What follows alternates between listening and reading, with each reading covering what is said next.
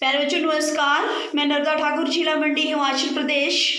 आज हम एनसीईआरटी कक्षा 8वीं के कबीर की साखियों के प्रश्नाभ्यास के उत्तर करने जा रहे हैं। तो आपने ध्यानपूर्वक सुनना है और इनको समझ के साथ अपने शब्दों में उत्तर लिखने हैं बच्चों। कबीर की साखियाँ मैं आपको अच्छे से समझा चुकी हूँ। आज हम प्रश्नाभ्यास करने जा रहे हैं इसके, तो ध्यानपूर्वक समझने और समझ के साथ अपने शब्दों में हमेशा उत्तर लिखने हैं आप लोगों ने।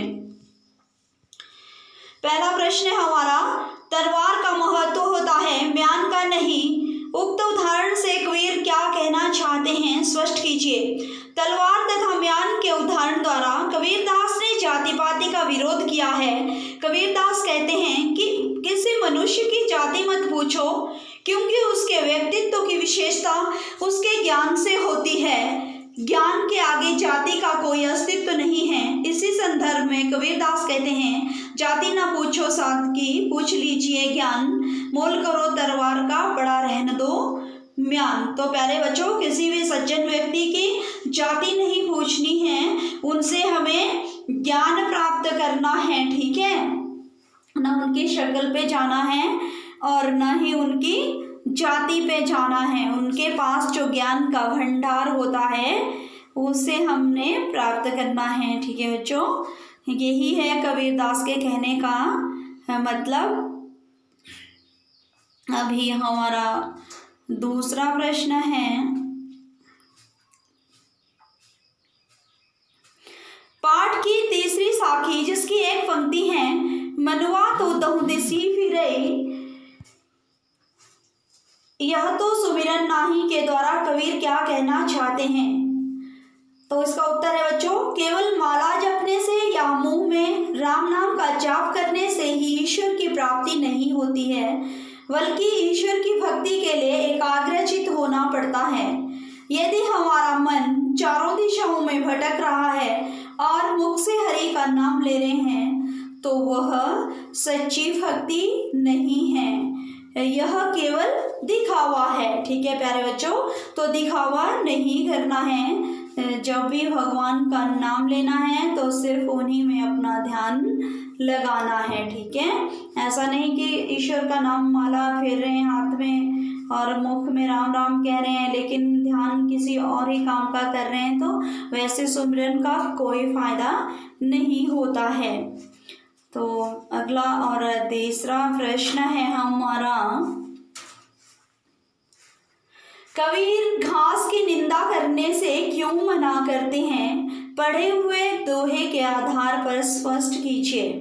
तो इसका उत्तर है, कबीरदास जी ने अहंकारवश किसी भी वस्तु को हीन समझने का विरोध किया है, क्योंकि एक छोटी से छोटी वस्तु भी हमें नुकसान पहुंचा सकती है। घास के माध्यम से कबीरदास जी ने इसे स्पष्ट किया है। यदि घास का एक तिनका भी उड़कर हमारी आंखों में पड़ जाए तो हमें पीड़ा होती है।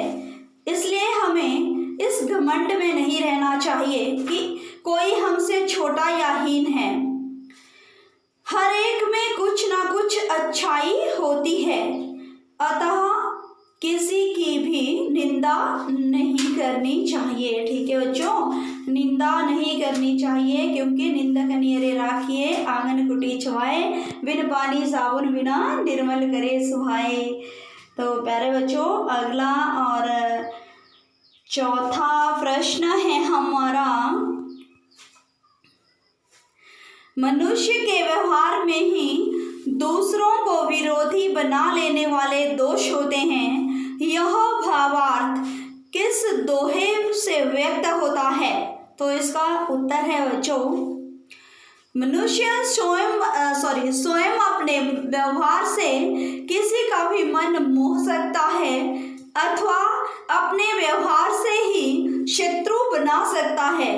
नीचे दिए गए दोहे से कबीरदास जी ने इसकी पुष्टि की है।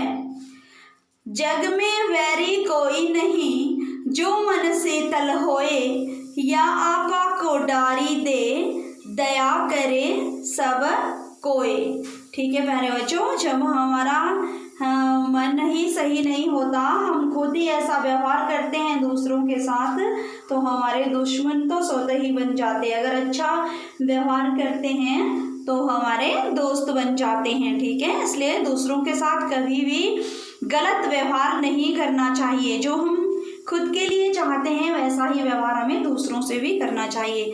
तो प्यारे बच्चों, आपने ये प्रश्न लिखने भी हैं, इनके उत्तर, और साथ ही साथ याद भी करने हैं। धन्यवाद।